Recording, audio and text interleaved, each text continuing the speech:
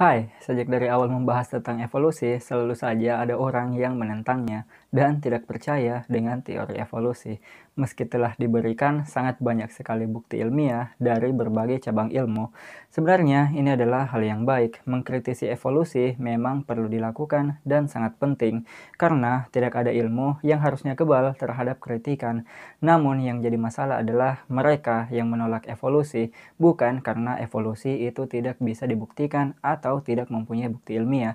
Namun, mereka menolaknya karena mereka lebih mempercayai bahwa makhluk hidup yang ada di bumi ini diciptakan terpisah oleh Tuhan. Manusia tidak berkerabat dengan binatang lain dan manusia itu spesial karena diturunkan dari langit atau dari surga. Orang yang mempercayai hal imajinatif ini biasa juga disebut kreasionis. Dan jika terlibat dengan diskusi yang membahas tentang evolusi, mereka selalu membawa argumen konyol dan tidak ilmiah. Apa saja argumen konyol mereka?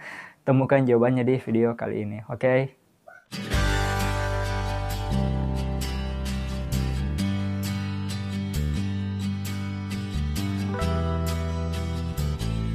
Argumen konyol mereka yang pertama adalah evolusi hanyalah teori. Mengapa ini konyol? Karena mereka tidak tahu apa itu teori ilmiah dan menganggap teori ilmiah itu sama saja dengan teori yang digunakan dalam bahasa sehari-hari.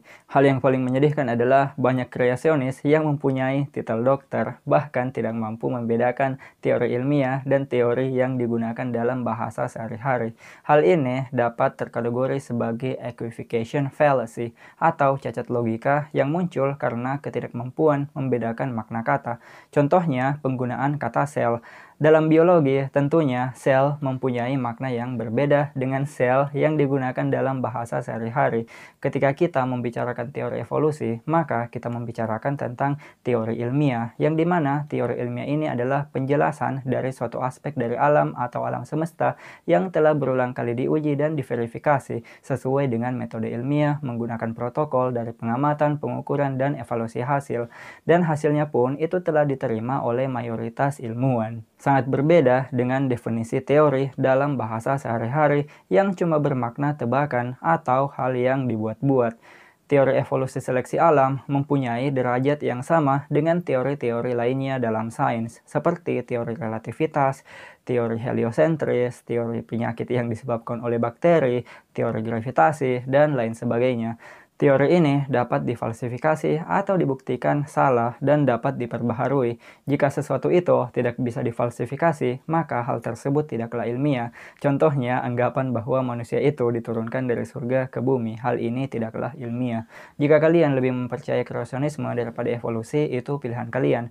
Namun, jika terlibat dalam diskusi, pastikan dulu kalian paham definisi sederhana tentang teori ilmiah. Hal konyol kedua yang sering dikatakan oleh kreasionis adalah, jika kita berasal dari kera, kenapa sekarang masih ada kera?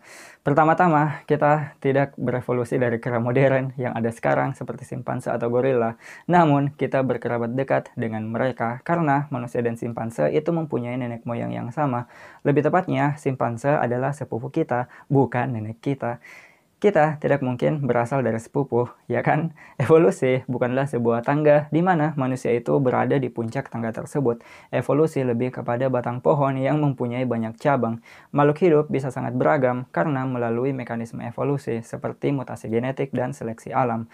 Setiap makhluk hidup itu mempunyai jalur evolusi yang berbeda-beda karena lingkungan mereka tinggal itu pun juga berbeda-beda. Hal konyol ketiga yang sering dikatakan kreasionis adalah makhluk hidup tidak mungkin muncul dengan sendirinya tanpa ada yang menciptakan. Evolusi berbeda dengan abiogenesis. Dan sejujurnya, sampai sekarang, abiogenesis itu masih terus diteliti dan banyak perdebatan di kalangan ilmuwan tentang hal tersebut. Meski di masa depan, abiogenesis atau makhluk hidup itu berasal dari benda mati, ini terbukti salah. Ini tidak otomatis membuat evolusi juga salah dan tidak membenarkan klaim kreasionisme. Hal yang dibutuhkan untuk membenarkan kreasionisme adalah dengan menemukan di alam makhluk hidup yang tiba-tiba muncul dari ketiadaan. Sayangnya hal ini tidak pernah diobservasi. Argumen konyol kreasionisme selanjutnya adalah proses evolusi tidak dapat diamati di alam.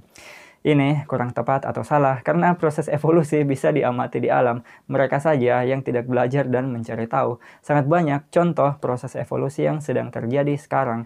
Seperti kemunculan populasi gajah tanpa gading. Proses spesiasi juga terus terjadi di alam.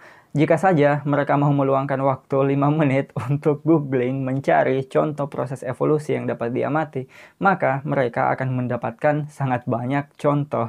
Hal yang sangat konyol adalah karena mereka ingin melihat kera yang berubah jadi manusia atau ikan yang dapat berjalan ke daratan dalam waktu hidup mereka.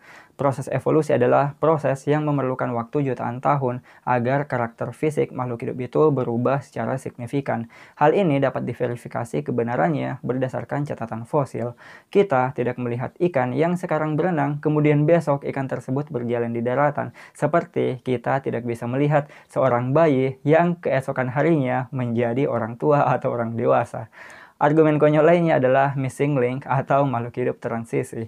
Mereka menganggap jika evolusi benar-benar terjadi, maka sekarang pasti ada manusia setengah monyet atau buaya setengah bebek. Evolusi tidaklah bekerja seperti itu. Setiap makhluk hidup yang ada sekarang merupakan transisi ke spesies makhluk hidup yang muncul di masa depan. Dan dalam proses evolusi manusia, sebenarnya tidak ada missing link. Karena setiap spesies manusia purba yang ditemukan itu merupakan cabang evolusi keluarga hominin yang telah jelas posisinya dalam pohon kehidupan keluarga hominin tersebut. Tidak ada fosil manusia purba yang kontradiksi dengan fosil manusia purba lainnya. Hal yang betul-betul missing atau hilang adalah fosil manusia purba yang berukuran 30 meter. Tidak ada manusia raksasa 30 meter dalam bidang paleoantropologi. Jika tidak percaya, tanyakan saja kepada ilmuwan yang berkompeten di bidang tersebut. Masih banyak hal konyol lainnya yang sering dikatakan kreasionis ketika mereka mencoba menentang evolusi. Dan pada akhirnya, mereka cuma menunjukkan betapa kurang informasinya mereka terhadap sains dan kurangnya pemahaman tentang bagaimana evolusi itu sebenarnya terjadi. Cukup sekian dulu yang bisa saya sampaikan pada kesempatan kali ini. Semoga bermanfaat bagi teman-teman sekalian. Jika kalian mempunyai pertanyaan ataupun saran, jangan lupa untuk tinggalkan di kolom komentar. Dan jangan lupa pula untuk tekan tombol subscribe-nya, nyalakan loncengnya agar kalian tidak ketinggalan informasi-informasi menarik lainnya. Dan ingat teman-teman, tetaplah belajar karena sains itu indah, menyenangkan, dan mudah dipahami. See you again next time. Bye-bye.